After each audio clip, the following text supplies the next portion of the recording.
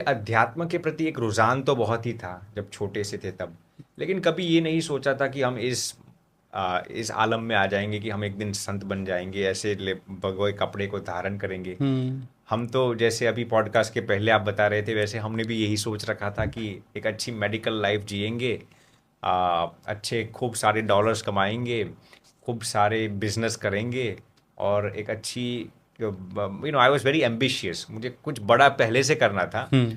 और पहले से ये सोच रखा था जो कुछ भी कमाएंगे उसमें से अक्सर दान में देकर समाज की, अध्यात्म की सेवा हो सके इतनी करेंगे। लेकिन परमात्मा ने, नियति ने कुछ और ही सोच रखा था। तो हम अमेरिका में जब पढ़ते थे हिम्मत भाई, तो एक बार हमारा भारत आना हुआ। सन 2008 की ये बात है तकरीबन। ठीक है। उस वक्त हमारे दिलो दिमाग में ये कशीदगी थी, ये कन्फ्यूजन था, ये परप्लेक्शन था, ये कश्मकश थी कि हमें संत बनना चाहिए या नहीं। There was a big doubt going on in my subconscious mind.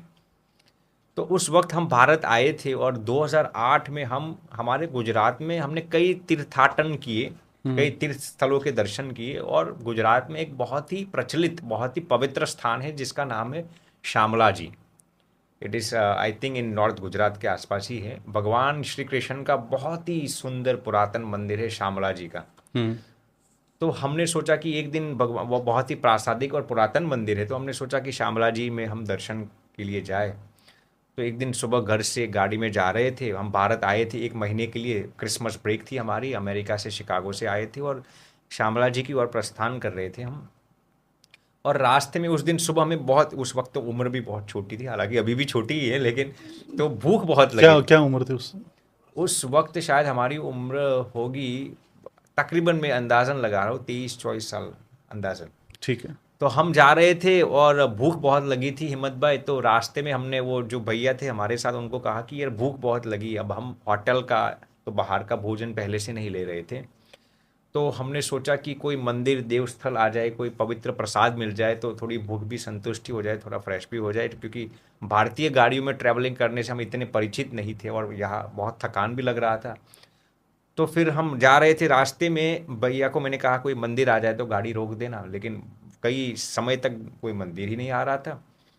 तो फिर यकायक हम जा रहे थे, तो श्यामला जी से थोड़े समय पहले, यानी 1 घंटा या पौना घंटा होगा, मुझे एग्जैक्टली याद नहीं है, एक हनुमान जी का मंदिर दिखाई दिया। तो हमारी गाड़ी जा रही, तो लेफ्ट हैंड साइड पर हनुमान जी का मंदिर दिखाई दिया। तो हमने भैया को कहा कि यार गाड़ी जाने दीजिए, अंदर जाकर, मंदिर बहुत खूबसूरत दिखाई दे रहा था। एक बड़ा मंदिर नहीं था, छोटा सा ही मंदिर था। हम्म। तो गाड़ी उन्होंने अंदर जाने दी। हमने हनुमान जी की, इतनी सौम्य मूर्ति थी, इतनी प्यारी, इतनी आकर्षित मूर्ति थी कि उन्होंने हमारे मन को हर लिया, हनुमान जी की मूर्ति ने। और जैसे ही हमने हनुमान जी के दर्शन किए, बहुत ही सुकून मिला। मंदिर में से दर्शन करके जैसे ही हम बाहर आए, तो वहाँ के जो स्वामी जी थे वो आए और उन्होंने मुझे बुलाया, बेटे तेरा नाम क्या है? हमने हमारा नाम कहा, मेरा नाम सुहाग है। उस वक्त हमारा नाम सुहाग था, संत होने से पहले, दीक्षा लेने से पहले। और उनके हमने चरण स्पर्श किए, उनको दंडवत किया। और फिर उन्होंने कहा, हम देखिए, हम कुछ बोले उसके पहले उन्होंने मुझे कह दिया, भूख लगी है ना तुझे? मैंने कहा बहुत भूख लगी है। तो कहा कि कुछ खाया नहीं था मैंने स्वामी जी, मैंने कल शाम भी नहीं खाया था, तो भूख बहुत लगी है। तो वो मंदिर से अंदर से आए और खीर की कटोरी लेके आए, खीर। और खीर की कटोरी, उन्होंने कहा कि बेटा तुझे ये खाना है। और वो, उन्होंने, मुझे याद है, पहली चम्मच अपने हाथों से, अपने करकमलों से मेरे मुख के अंदर डाली। और वो खीर इतनी स्वादिष्ट, इतनी प्यारी थी हिम्मत भाई, आज तक मैंने ऐसी खीर कभी दोबारा मेरी ज़िंदगी में नहीं खाई। इतनी स्वादिष्ट वो खीर थी।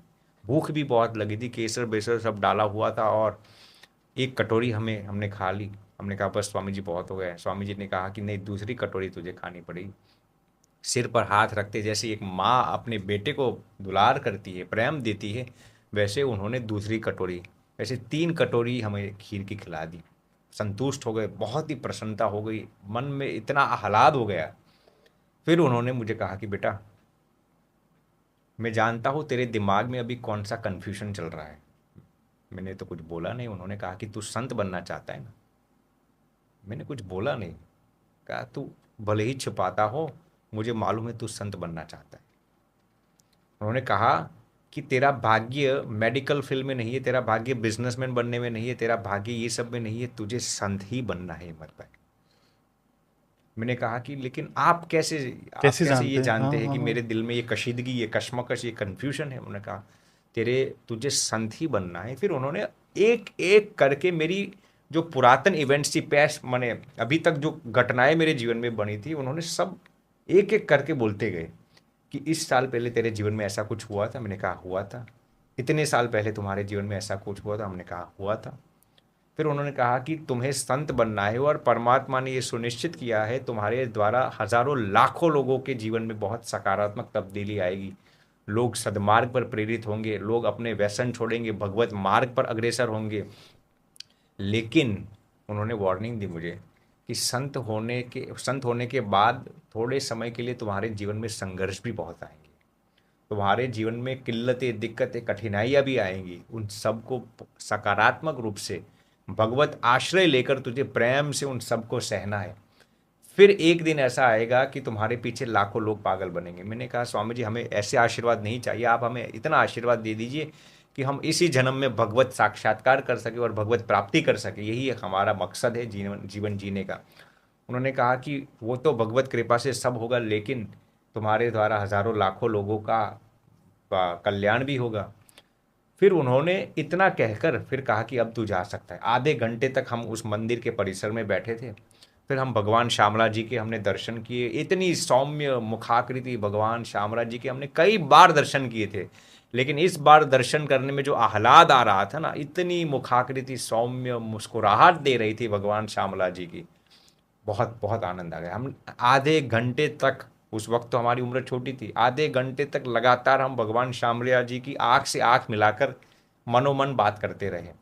और इस बार मुझे एक ऐसा सुकून मिल रहा था, एक ऐसा आह्लाद मिल रहा था कि वो जाने कुछ कुछ देना चाहते हो। फिर वो पुजारी आए और वो कर्टन बंद कर दिया, वो पर्दा बंद कर दिया कि अब भगवान के भोग लगाने का समय आ गया। हमने फिर दर्शन करके फिर वहाँ से प्रस्थान किया। जैसे ही प्रस्थान किया, अब हमें लगा कि मुझे एक बार उस स्वामी जी को मिलना है जो हमें, पहले हम मंदिर में दर्शन करने के लिए आ रहे थे, तो वो जो स्वामी जी मिले थे, मुझे एक बार उनको और भी प्रश्न पूछने हैं। वो हमारे मन का कैसे सब कुछ जान गए। सही बात। तो रास्ते में रिटर्न में जब हमारी गाड़ी जा रही थी, तो हमने सोचा उनको मिल के जाए, उनके दर्शन करके जाए। गाड़ी हमने ले ली। अब जहाँ पर मंदिर था वहाँ पर हम, वो भैया को कहा कि गाड़ी रोक देना। वहाँ पर न तो कोई मंदिर था। मैंने कहा कि ये कैसे हो सकता है, आप शायद कुछ गलत रास्ते पर आ गए हो। उन्होंने गाड़ी हम्म। घुमाकर फिर उसी रास्ते पर आए। वहाँ पर न तो कोई मंदिर था। अब जब हम पहली बार उस मंदिर में गए थे ना, तो उसके 1 किलोमीटर के रेडियस में आगे पीछे और कुछ भी नहीं था। न तो कोई दुकान थी, ना ही कोई पेट्रोल पंप जैसी कोई चीज़ थी। तो मैंने कहा कि यही जगह थी। वो भैया कहते हाँ स्वामी जी, अब वो मैंने मेरा नाम दे लेकर कहता हाँ यही जगह थी। हमने कहा लेकिन ये जगह तो कुछ दिखाई नहीं दे रही। तो हमने बहुत 1 घंटे तक ढूंढा। 5 किलोमीटर आगे गए, 5 किलोमीटर पीछे गए। वहाँ नज़दीक में एक पेट्रोल पंप था। उनके भैया को पूछा कि भैया यहाँ पर कोई मंदिर, हमने देखा था आधे घंटे पहले गए थे। वो कहा यहाँ पर तो मैं 10 साल से हूँ, यहाँ पर तो कोई मंदिर ही नहीं। मैंने कहा हनुमान जी का मंदिर है। ऐसा ऐसा पूरा डिस्क्रिप्शन वर्णन किया हमने। यहाँ पर ऐसे स्वामी जी भी हमें मिले थे। भाई वो कहता है भैया यहाँ पर कोई आपको कुछ भ्रम हुआ होगा, यहाँ पर हम 10 साल से रहते हैं, यहाँ पर एक भी मंदिर नहीं है। हमने दोबारा गए, 2-3 घंटे तक हमने उसी जगह पर गाड़ी घुमा घुमा कर पूरा जायजा लिया। न तो कोई मंदिर था और ना ही कोई स्वामी जी मिले। उस दिन मुझे ये एहसास हो गया, ये परमात्मा का ही दिव्य अनुभूति है।